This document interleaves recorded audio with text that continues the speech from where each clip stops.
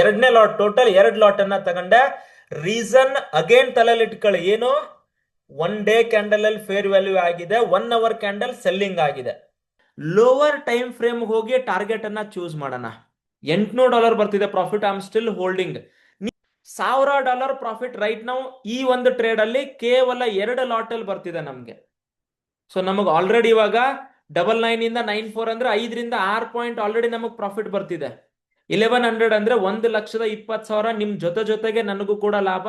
But ನಾನು book ಮಾಡ್ತಿಲ್ಲ, ಯಾಕೆ, ನನ್ನ ಟಾರ್ಗೆಟ್ 20 ಪಾಯಿಂಟ್ ಇದೆ, ಅದಕ್ಕೋಸ್ಕರ ಐ ಆಮ್ ಸ್ಟಿಲ್ ಹೋಲ್ಡಿಂಗ್. ಕಂಡಿರೋ ರೀಸನ್ ಏನು, 1 ಅವರ್ ಕ್ಯಾಂಡಲ್ ಮುಖಾಂತರ ನಾವು ಟ್ರೇಡ್ ತಗೊಂಡ್ವಿ. ಈಗ ಅರ್ಧ ಗಂಟೆ ಅಥವಾ 15 ನಿಮಿಷದ ಕ್ಯಾಂಡಲ್ ಅಲ್ಲಿ ಪ್ರಾಪರ್ ಆಗಿ ಎಕ್ಸಿಟ್ ಅನ್ನ ಪ್ಲಾನ್ ಮಾಡ್ತಿದ್ವಿ. ಪ್ರೆಸೆಂಟ್ ಬರ್ತಿರೋ ಪ್ರಾಫಿಟ್ $1,900, ಕ್ಲೋಸ್ ಟು 1,80,000 ಬರ್ತಿದೆ. ಎಲ್ರು ನಿಮ್ಮ ಜೊತೆನೆ ವಿತ್ ರೀಸನ್ಸ್ ಹೇಳಿದೀನಿ. ಅಗೇನ್ ನೀವು ಕ್ಯಾಂಡಲ್ ರೀಡ್ ಮಾಡೋದು ಕಲೀರಿ ಸಾಕು. ಮಾರ್ಕೆಟ್ ಅಲ್ಲಿ ತುಂಬಾ ಕಲಿಬೇಕು ಅಂತ ಏನು ಇಲ್ಲ. ಒಂದೇ ಸೆಟಪ್ ಮುಖಾಂತರ ನೀವು ಪರ್ಫೆಕ್ಟ್ ಆದ್ರೆ that will give you more than enough market ಅಲ್ಲಿ ಸಸ್ಟೈನ್ ಆಗೋದಕ್ಕೆ, ಬದುಕೋದಕ್ಕೆ. ತುಂಬಾ ಜನ ಏನ್ ಮಾಡ್ತಿದ್ರಿ, ಹಾನೆಸ್ಟ್ ಆಗಿ ಇರೋರಲ್ಲಿ, ನಿಮಗೆ ಇಷ್ಟು ಪ್ರಾಫಿಟ್ ಬಂದಿದ್ರೆ ಇಮಿಡಿಯೇಟ್ ಎಕ್ಸಿಟ್ ಆಗ್ತಿದ್ರು, ಇಟ್ಕೋತಿದ್ರು? ಎಲ್ರು ಹೇಳಿ, ಎಷ್ಟ್ ಜನಕ್ಕೆ ಸರ್ ನನಗಿಷ್ಟು 8-10 ಪಾಯಿಂಟ್ ನಾವು ವೇಟೇ ಮಾಡ್ತಿರ್ಲಿಲ್ಲ ಸರ್, 2 ಪಾಯಿಂಟ್ ಬಂದ್ರೆ ಎಕ್ಸಿಟ್ ಆಗಿ ತಿರ್ಗಾ ಬೈಯಲ್ಲಿ ಕೂತ್ಕೋತಿದ್ದೀವಿ, ಎಷ್ಟು ಜನ ಇದ್ದೀರಾ ಆತರ?